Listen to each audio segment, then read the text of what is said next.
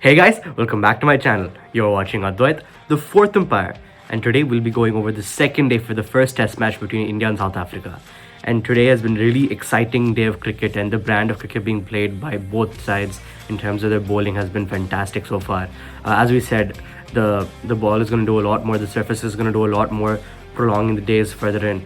The bounce and the variable swing with the fast bowlers was only subject to the first day itself, but following on the second day and into the third day as well, we've all known that on the offset that the surface is going to do a lot for the spinners as well. So keeping that in mind as well, India did try to bat quite a bit. They did try lasting in there. KL Rahul played a sturdy knock of 39 and 119 balls, and unfortunately, looking at it as the numbers point of view, his was the highest score for the Indian team in terms of batting. But nonetheless, right, they did end up getting a lead ahead of South Africa by 30 runs.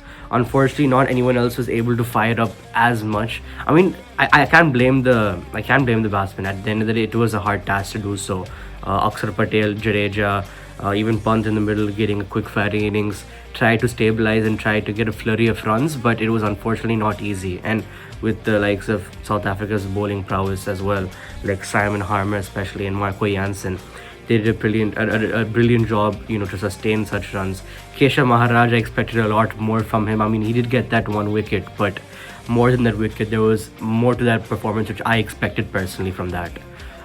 Nonetheless, India ended on a 189 score for all out. One unfortunate factor for Team India is their skipper, Shubman Gill, is unfortunately out with the neck spasm. It's not officially confirmed if he's out of the whole test match yet. That confirmation has been given to us, but he is hospitalized in Kolkata with the neck spasm. He was attempting a sweep shot, and that did not go well for him. So unfortunately, that is something that we have to watch out for. But nonetheless, right, India's bowling in the second innings was brilliant against South Africa, of course. Picking up 7 wickets already towards the end of day 2, and South Africa's score of just 93, which doesn't help sustain enough for them. Temba Bavuma, the skipper of South Africa, still not out for 29. And that is a pretty high score, a good score in such conditions, because as we all know, batting is going to get harder and harder coming into the test match. So looking in that sense, but the 93 and India's only trailing by 63 runs. If India will end up chasing a target less than 100, I think that they could be very confident in winning this game. Of course, not everything is secured, even though if it's a 100 run target, but at the end of the day, 3 quick wickets in the start of the day can definitely make a change into South Africa's momentum, and India can go ahead and try chasing a total lower than 100. But they have to be very precise and very patient. They should not forget that they're down by one batsman, especially it's their skipper Shubman Gill, who's not in the ranks of the batting.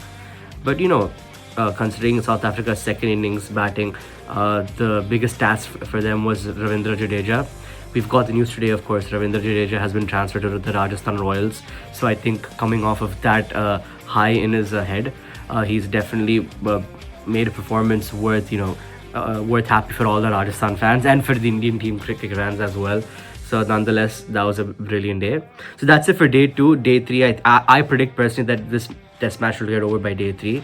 You won't see the day 4 and day 5 being in play. I'd personally be surprised if day 4 was in play, unless South Africa end up playing the longer innings and give a higher total for India to chase. That's the only way I see it around. But I'm pretty confident that the Indian team will get South Africa all out before the first session itself. So that's looking likely at this point. But that's it for this video, guys.